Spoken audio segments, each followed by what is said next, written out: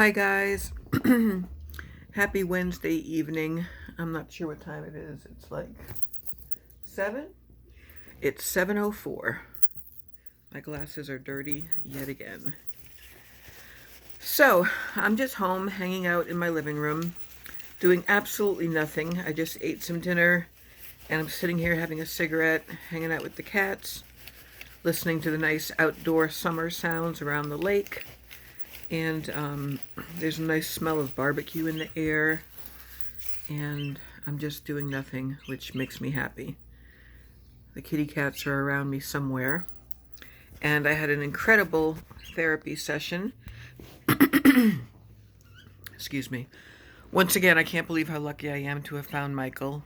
We click in such a way that it's like chit-chatting with an old friend. All that's missing is like the coffee pot. Whoops, there's something on my phone. He started with me at 3:40. He was running a little bit late, which was fine. I wasn't able to pay because I left my debit card at home. My phone's being really weird. All of a sudden it got all blurry. There's a big red dot in the middle, and I don't know why. I literally don't know what that means. Who cares? So we started at 3:40. I now owe the $15, which I'll just add on to next week's amount.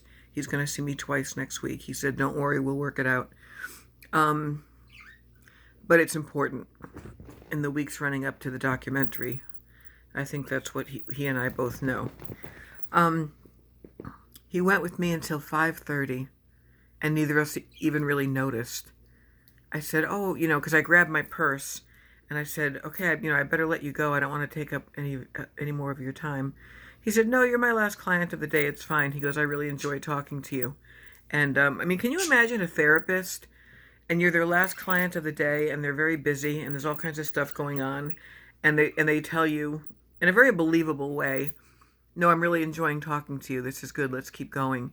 And we went till 5:30. So for $15, I got 2 hours worth of a therapist today.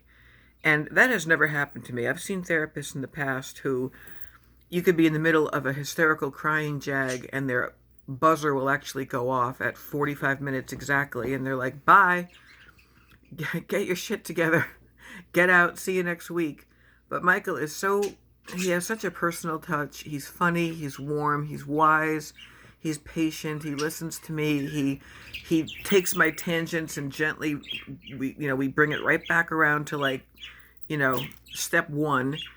And he gets me to unsort my thoughts and unravel things and feel the myriad of emotions I can feel in an hour or two. And I leave feeling very tired and relaxed and usually smiling. And I was going to go to Trader Joe's after, but I realized, well, number one, I didn't have my debit card with me. So can you imagine if I went there, piled up a grocery cart, got to the line, and had to leave it? I would have had a freaking breakdown. Oh my God. I would have had to have turned around, gone right back to him. But, so by the time I got home, I was like, no, I'm not going out grocery shopping at 6:30 at night. That's mayhem. And I had food in the house, so I just made some nice keto-friendly eggs and tomato and some cheese and stuff like that. Did a little food prep for tomorrow.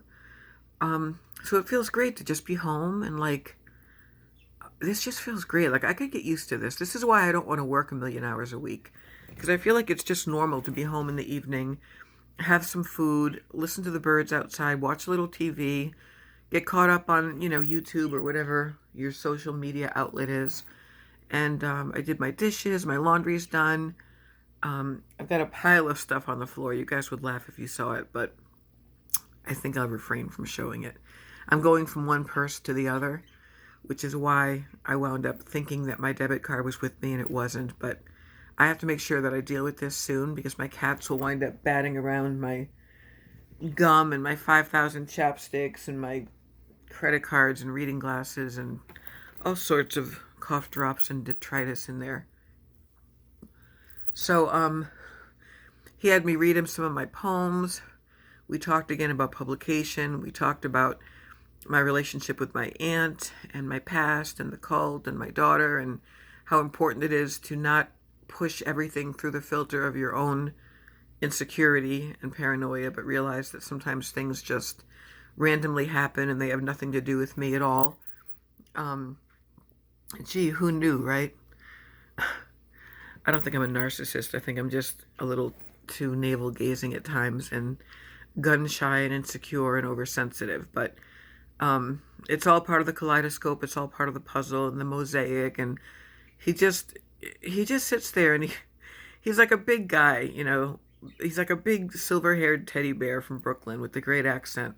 Beautiful skin though. Like he looks like he gets facials. I don't know. He's Italian, and he just sits back in his chair and he crosses his big paws over his belly, and he just looks at me kind of bemused, and he lets me get it all out, and then he just like leans forward and he gives me his take, and he's so gentle, and it doesn't come across clinically or certainly not intellectually pompous at all. He quotes movies at me all the time. He makes me listen to corny music, and he's like, "No, it's not corny. Listen to this. The song is you. Read these lyrics. Everything's not just about the bridge and the chorus, but every song starts as a poem. You know, you of all people should know that. Every poem starts with an idea and a feeling, and um, we just talked about everything, and it feels so good. Like I feel like I've waited so long for this. So shout out to Michael today. I know he's not listening to this, but I'm so grateful. You know, that clinic is $30 a week, which I know I can find if I work hard enough and make a few sacrifices. I don't have to smoke this much. I don't have to get pedicures. I don't have to get a Starbucks. There's always room to find 15 or 20 or even $30. So I'm going to stop pissing and moaning about that. But yeah, it's local and it's good for me, and I've waited a long time to find somebody that was a good fit. And he referred me to this caseworker who I'm going to see tomorrow, and it'll just help to get some info out there, get some ideas of what I'm eligible for or not. And if it's not, then I go on to just maybe finding another job or finding a way to somehow make this all work. I've done it before. I've survived in my life up to this point, and I've survived a lot, so I have to stop being such a freaking catastrophist and take it easy. I think tonight I'm going to watch some Netflix, drink some tea, drink some water, and maybe go to bed early. So sorry about the Trader Joe haul. I actually was looking forward earlier to doing that and having some nice, healthy, interesting goodies to unbag for you guys, because I always find those types of videos kind of interesting. And I'm just happy that I got the cat box cleaned, dishes done, trash is out, and I made my appointment. And I've got a few more days in a row of working, so I don't have to think that I'm suddenly like unemployed just because I took some time off. So that's it. 3 videos in one day. Let me know again if you can about the vaping, because I'd like to start thinking about looking into that as well. So let me put this out.